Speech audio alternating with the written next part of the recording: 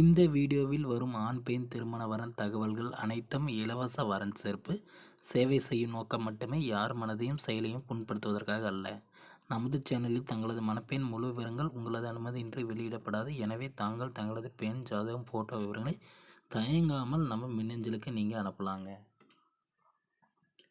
பெயர் பார்த்திங்கன்னா சந்தியாங்க. வயசு பார்த்திங்கன்னா 26 வயசு ஆகுதுங்க. ஜாதி பார்த்திங்கன்னா இந்து வண்ணார் வகுப்பினர் சார்ந்தவங்க. ராசி நட்சத்திரம் பார்த்திங்கன்னா துலாம் ராசி உத்திராடம் நட்சத்திரங்க.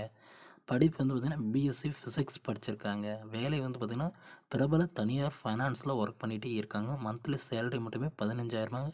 அது மட்டும் இல்லாமல் இன்சென்டிவ் 4,000 5,000 மந்த்லி வரும் அப்படின்ற மாதிரி சொல்லியிருக்காங்க.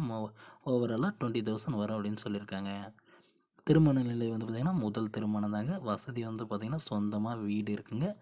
முகவரி பார்த்திங்கன்னா இவங்க சேலம் மாவட்டத்தில் இருக்காங்க. சேலம் மாவட்டத்தில் எங்கே அப்படின்னா தீவட்டிப்பட்டின்ற ஊரில் இருக்காங்க.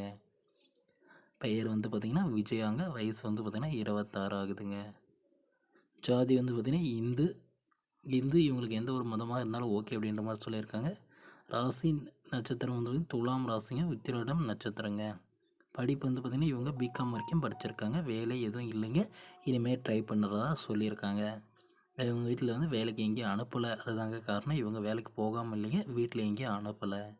திருமண நிலை பார்த்திங்கன்னா முதல் திருமணம் தாங்க. வசதி பார்த்திங்கன்னா சொந்தமாக வீடு இருக்குங்க. கொஞ்சம் நிலமும் இருக்குது அப்படின்னு சொல்லியிருக்காங்க.